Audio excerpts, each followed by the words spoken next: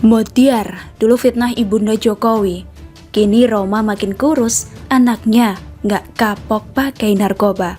Ditulis oleh Ferry Padli di zeeworld.com. Selain dikenal sebagai Raja Dangdut bersama Elvi Sukaisi sebagai Ratu Dangdutnya, Rhoma Irama juga identik dengan dakwah. Beberapa lagunya tidak sedikit yang pernah ada religi, mulai dari La ilaha illallah, Sebujur bangkai, Setan pasti kalah, Hari berbangkit, Perjuangan dan doa, Boleh saja, Kiamat, dan lain-lain. Di samping itu, Rhoma juga terkenal cukup vokal menyuarakan kebenaran menurut versinya sendiri. Seperti kala itu pernah mengkritik Inul Daratista lantaran menurutnya goyang ngebor ala Inul tersebut mengandung unsur mesum. Bahkan, tanpa ragu ia mengatasnamakan Organisasi Persatuan Artis Musik Melayu Indonesia atau PAMMI, menantang peredaran album Inul tersebut. Termasuk juga band yang digawangi oleh Arman Maulana dan kawan-kawan. Gigi pernah dikatakannya tidak kreatif dan band frustasi oleh Rhoma lantaran lagu-lagu yang dinyanyikan oleh band asal Bandung itu dalam album Rohani Raihlah Kemenangan semuanya berisi aransemen ulang. Hahaha. Tapi meskipun kelihatan religi, ada-ada saja kelakuan ajaib si Rhoma ini. Pertama, pada 2003 lalu ia pernah digerebek oleh wartawan di sebuah apartemen. Kala itu, ia tertangkap basah sedang berduaan dengan seorang perempuan bernama Angel Lilga. Pembaca Zeeworld tentu sudah tahu dong siapa si Angel Lilga ini. Itu mantan istri pria yang terkenal dengan bahasa-bahasa ajaibnya, Vicky Prasetyo. Angel ini tidak hanya sekali digerebek, selain pernah digerebek saat bersama Rhoma, ia juga pernah digerebek oleh Vicky pada dini hari saat sedang bersama pemain FTV Junior, Vicky Alman. Rhoma pun kali itu sempat ngeles kalau dirinya hanya memberikan nasihat dan petuah kepada Angel agar terhindar dari kemaksiatan. Ngeles yang gak masuk akal, hehehe. Memberi nasihat kok malah berduaan? Bukankah Titik Puspa sudah pernah mengingatkan dalam lagunya, tapi awas jangan pergi berduaan. Nenek bilang itu berbahaya. Penggerebekan inilah yang menjadi cikal bakal turunnya popularitas Rhoma. Kura-kura ini bernasib sama seperti A.A. Gim yang karirnya hancur karena wanita. Jika A.A. Gim mulai ditinggal jamaah pasca ia nikah lagi dengan seorang janda cantik beranak 3, maka si Rhoma Irama mulai ditinggal oleh fansnya pasca ketahuan berduaan bersama Angel Lilga tersebut. Selain itu, meskipun si Rhoma ini konon katanya sebagai pendakwah dengan musik tapi suka menfitnah orang juga. Kala itu 2012, ia pernah memfitnah ibunda Jokowi. Perempuan yang telah melahirkan orang nomor 1 di Indonesia itu dikatakan non-muslim saat mengisi ceramah di Masjid Al-Isra Tanjung Duren, Jakarta Barat. Padahal, Eyang Sujiatmi Notomi Harjo merupakan muslim yang taat, bisa jadi lebih taat dari Rhoma. Karena beliau selama 20 tahun terakhir selalu sholat berjamaah di masjid. Seperti pengakuan Yusuf Mansur berikut ini.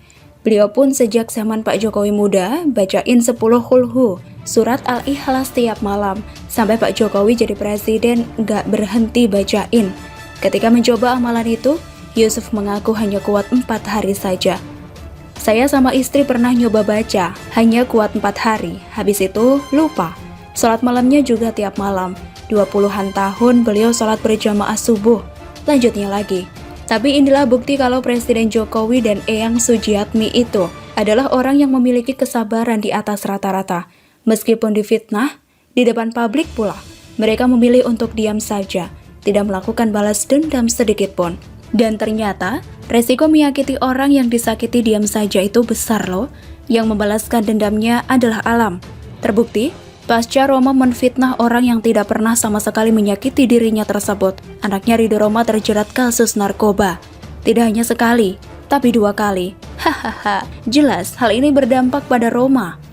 Meskipun bukan dia yang jadi pemakai. Pertama, tentu dia akan disibukkan ngurus Ridho. Akibatnya, urusan lain jadi terbengkalai. Bisa kita lihat bagaimana kondisi partai yang didirikan Rhoma.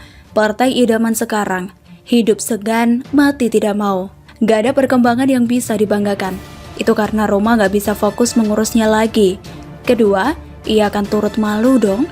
Selama ini dikenal sebagai pendakwah, punya lagu yang mengingatkan anak muda untuk tidak pakai narkoba atau miras antika. Ternyata anaknya sendiri yang pakai narkoba. Siapa coba yang tidak malu dihadapkan dengan kondisi seperti itu?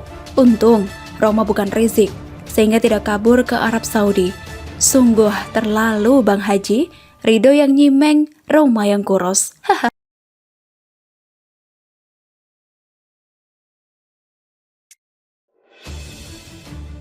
Sadis, Maher meninggal masih sempat-sempatnya digoreng oleh Hidayat Nur Wahid. Ditulis oleh Ferry Fadli di SeaWorld.com. Duka yang mendalam dirasakan oleh para kadrun. Pasalnya, salah seorang ustadz junjungan mereka, Maher At-Tuwalibi, meninggal dunia. Pemilik nama asli Sony Eranata itu dikabarkan meninggal pada 8 Februari 2021, pukul 19 tepat waktu Indonesia Barat, di Rutan Mabes Polri. Sebelumnya ia ditangkap polisi pada 4 Desember 2020 lalu atas kasus penyebaran ujaran kebencian di media sosial.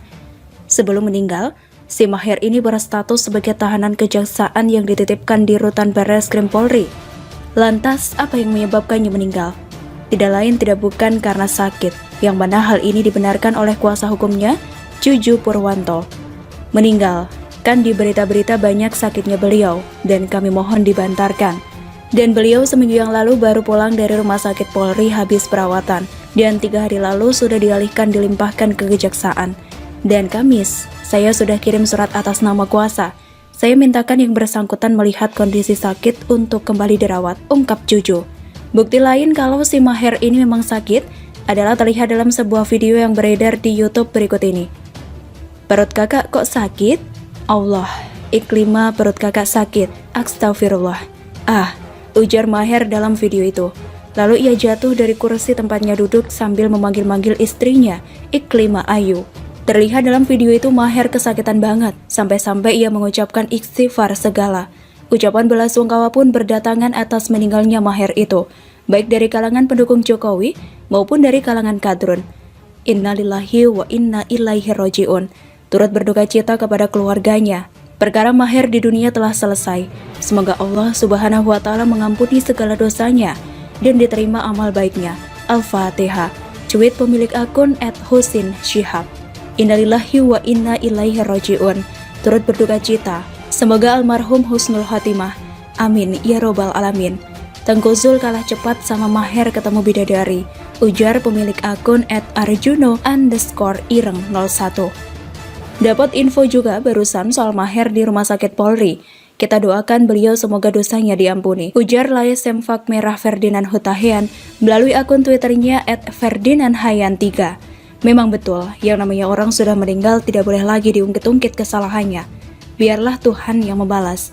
Namun, ada juga loh kader partai dakwah, yakni Hidayat Nur Wahid, malah memanfaatkan momentum meninggalnya Maher itu untuk kepentingan publik. Ia memframing seolah-olah polisi lah dibalik meninggalnya Sony. Ustadz Maher wafat di Rutan Mabes Polri. Innalillahi wa inna ilaihi roji'un. Agar tak jadi fitnah, penting pihak kepolisian memberikan penjelasan terbuka atau transparan dan profesional soal sebab wafatnya Ustadz Maher, ujar Dayat seperti tanpa bersalah. Sadis banget nih orang, tega-teganya mempolitisasi mayat dalam hal ini Maher demi untuk menjatuhkan citra polisi. Padahal sudah sangat jelas bahwa pengacara Maher sendiri yang bilang kalau kliennya tersebut meninggal karena sakit, artinya bukan karena dikebukin di dalam penjara. Begitupun dengan Polri, sudah menjelaskan bagaimana kronologi meninggalnya Maher tersebut. Benar, karena sakit, ujar Karo Penmas Divhumas Polri Brigjen Rusdi Hartono. Termasuk juga kuasa hukum Rizik Aziz Yanuar, turut mengatakan bahwa Maher meninggal dunia karena sakit. Lantas, apa bukti kalau pernyataan Dayat itu merupakan gorengan, framing, atau politisasi?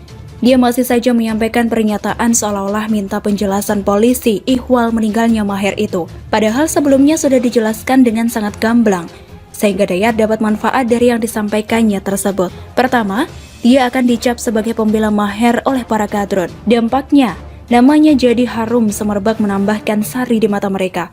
Kedua, Wakil Ketua Majelis Syuro PKS itu mendapatkan keuntungan politik. Dengan ia tampil seolah-olah pahlawan bagi Maher, maka pendukung Maher akan balas budi kepadanya. Pertanyaannya, dengan cara apa? Dengan cara memberikan dukungan kepada PKS dan dirinya di pemilu 2024 mendatang. Jadi, hanya dengan menyampaikan pernyataan yang juga cenderung nyinyirin polisi itu, Dayat ibarat sambil nyelam minum air, dapat dukungan politik sekaligus dapat nama baik, dan tidak menutup kemungkinan kedepannya para jamaah Maher akan pindah haluan menjadi jamaahnya. Tambah keren lah Dayat, ngeri. Masih sempat-sempatnya cari manfaat di atas penderitaan orang lain. Netizen saja yang sebelumnya membenci tutur lakunya berbelasungkawa. Sementara Dayat selalu cari panggung di setiap ada kesempatan. Jangan memperkeruh situasi